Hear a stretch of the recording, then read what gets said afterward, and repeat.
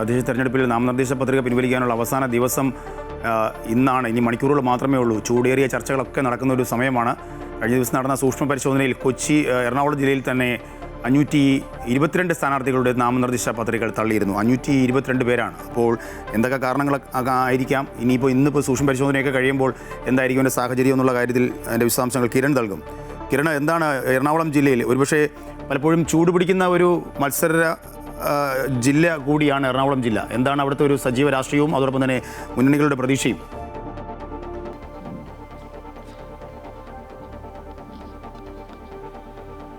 രാജേഷ്, ഏതായാലും ഇന്നത്തെ ഈ നാമനിർദ്ദേശ പത്രിക തള്ളാനുള്ള അത് പിൻവലിക്കാനുള്ള അവസാന ദിവസം കൂടി കഴിയുന്നതോടുകൂടി തന്നെ ഏതായാലും ഈ തെരഞ്ഞെടുപ്പിൻ്റെ ചിത്രം വ്യക്തമാകും. കഴിഞ്ഞ ദിവസം നടത്തിയ സൂക്ഷ്മ പരിശോധനയിൽ തന്നെ 522 പേരുടെ നാമനിർദ്ദേശ പത്രികകളാണ് തള്ളിയിരുന്നത്. വിവിധ കാരണങ്ങൾ കാണിച്ചു തന്നെ ആയിരുന്നു ഇങ്ങനെ നാമനിർദ്ദേശ പത്രികകൾ തള്ളിയിരുന്നത്.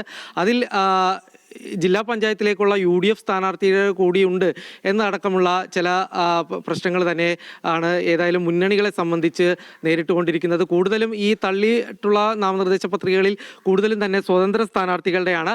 എന്നാൽ UDFൻ്റെ തന്നെ ഒരു പ്രതീക്ഷയുണ്ടായിരുന്ന വാർഡിൽ നിന്ന് അവിടുത്തെ സ്ഥാനാർത്ഥിയുടെ നാമനിർദ്ദേശ പത്രിക തള്ളപ്പെടുന്ന ഒരു സാഹചര്യം ഉണ്ടായിരുന്നു. ഏതായാലും അവർ പിന്നീട് കോടതിയെ സമീപിക്കും എന്നുള്ളൊരു കാര്യം തന്നെയാണ് നേരത്തെ പറഞ്ഞിരുന്നത്. പ്രധാനമായിട്ടും ഇവരുടെ നാമനിർദ്ദേശ പത്രിക തള്ളാനായിട്ടുണ്ടായിരുന്ന ഒരു സാഹചര്യം എന്നുള്ളത് ഇവരെ പിന്തുണച്ച ആള് അത് സമീപ വാർഡിൽ നിന്നായിപ്പോയി എന്നുള്ളൊരു കാര്യമാണ്. അത് വാർഡ് വിഭജനത്തിനെ തുടർന്നാണ് ഇത്തരത്തിലൊരു പ്രശ്നം, ഇങ്ങനെ ഒരു കൺഫ്യൂഷൻ ഇവർക്ക് ഉണ്ടായത് എന്നുള്ളൊരു കാര്യമായിരുന്നു ഇവർ ആദ്യം അറിയിച്ചിരുന്നത്. ഏതായാലും ഈ നാമനിർദ്ദേശ പത്രിക തള്ളിയതിനെതിരെ ഇവർ കോടതിയെ സമീപിക്കും എന്ന് തന്നെയാണ് പറഞ്ഞിരിക്കുന്നത്.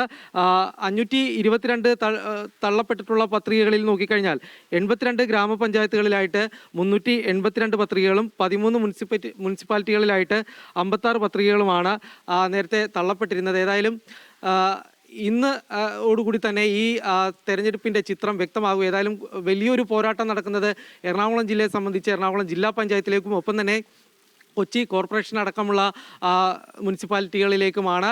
ഈ കൊച്ചി കോർപ്പറേഷനിലും തൃപ്പൂണിത്തുറയിലും നോക്കിക്കഴിഞ്ഞാൽ ഈ 2 കോർപ്പറേഷനിലും മുനിസിപ്പാലിറ്റിയിലുമായിട്ട് ഏതായാലും ഇടതുപക്ഷം അവരുടെ ഭരണ തുടർച്ച തന്നെ പ്രതീക്ഷിച്ചുകൊണ്ടാണ് മത്സരത്തിനിറങ്ങുന്നത്. അതേ സാഹചര്യത്തിൽ തന്നെ UDF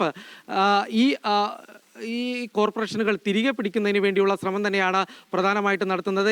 കൊച്ചി കോർപ്പറേഷനെ സംബന്ധിച്ച് കഴിഞ്ഞാൽ LDFൻ്റെ ഭരണ തുടർച്ചയായിരിക്കും ഇത്തവണ ഉണ്ടാവുക. ഇവർ മേയർ സ്ഥാനാർത്ഥിയെ പ്രഖ്യാപിച്ചിട്ടില്ല എങ്കിൽ പോലും വലിയ ശക്തമായ ഒരു പോരാട്ടം തന്നെയാണ് LDFൻ്റെ ഭാഗത്തു നിന്നും കൊച്ചി കോർപ്പറേഷനിലേക്ക് നടന്നുകൊണ്ടിരിക്കുന്നത്. അതേസമയത്ത് തന്നെ നഷ്ടപ്പെട്ട അല്ലെങ്കിൽ കോൺഗ്രസിനെ സംബന്ധിച്ച് UDFനെ സംബന്ധിച്ച് അവരുടെ വലിയൊരു പ്രതീക്ഷയായിട്ടുള്ള കൊച്ചി കോർപ്പറേഷൻ തിരികെ പിടിക്കുന്നതിന് വേണ്ടിയുള്ള ശ്രമം തന്നെയാണ് UDFനെ സംബന്ധിച്ചുമുള്ളത്. UDFും ഇത്തവണ ഈ മേയർ സ്ഥാനാർത്ഥിയെ പ്രഖ്യാപിച്ചുകൊണ്ടല്ല തെരഞ്ഞെടുപ്പിലേക്ക് ഇറങ്ങിയിരിക്കുന്നത്. ഏതായാലും ഇരു മുന്നണികളും ശക്തമായ പോരാട്ടം നടത്തുന്നു. അതോടൊപ്പം തന്നെ NDA സംബന്ധിച്ച് കൂടുതൽ സീറ്റുകളിലേക്ക് എത്തുന്നതിന് വേണ്ടിയുള്ള ശ്രമം കൂടി ഏതായാലും കൊച്ചി കോർപ്പറേഷനിൽ നടന്നുകൊണ്ടിരിക്കുകയാണ്. കഴിഞ്ഞ തവണ 5 കൗൺസിലർമാരാണ് BJPക്ക് ഉണ്ടായിരുന്നതെങ്കിൽ ഇതിനിടയിൽ തന്നെ 2 പേരെ സിറ്റിംഗ് കൗൺസിലർമാരായിട്ടുള്ള 2 പേരെ ഈ തെരഞ്ഞെടുപ്പ് അടുത്ത സാഹചര്യത്തിലേക്ക് BJPക്ക് മുന്നണിയിലേക്ക് കൊണ്ടുവരാൻ കഴിഞ്ഞിട്ടുണ്ട്. ഏതായാലും ഇവരെ കൂടി ഉൾപ്പെടുത്തിക്കൊണ്ട് അടുത്ത ഈ തെരഞ്ഞെടുപ്പ് കഴിയുമ്പോഴത്തേക്കും കൂടുതൽ സീറ്റുകളിലേക്ക് എത്താൻ കഴിയും എന്നുള്ളൊരു പ്രതീക്ഷയിൽ തന്നെയാണ് BJPയും തെരഞ്ഞെടുപ്പ് രംഗത്തുള്ളത്. രാജേഷ്, കിരണാണ് കൊച്ചിയിൽ നിന്ന് വിശദാംശങ്ങൾ നൽകിയത്.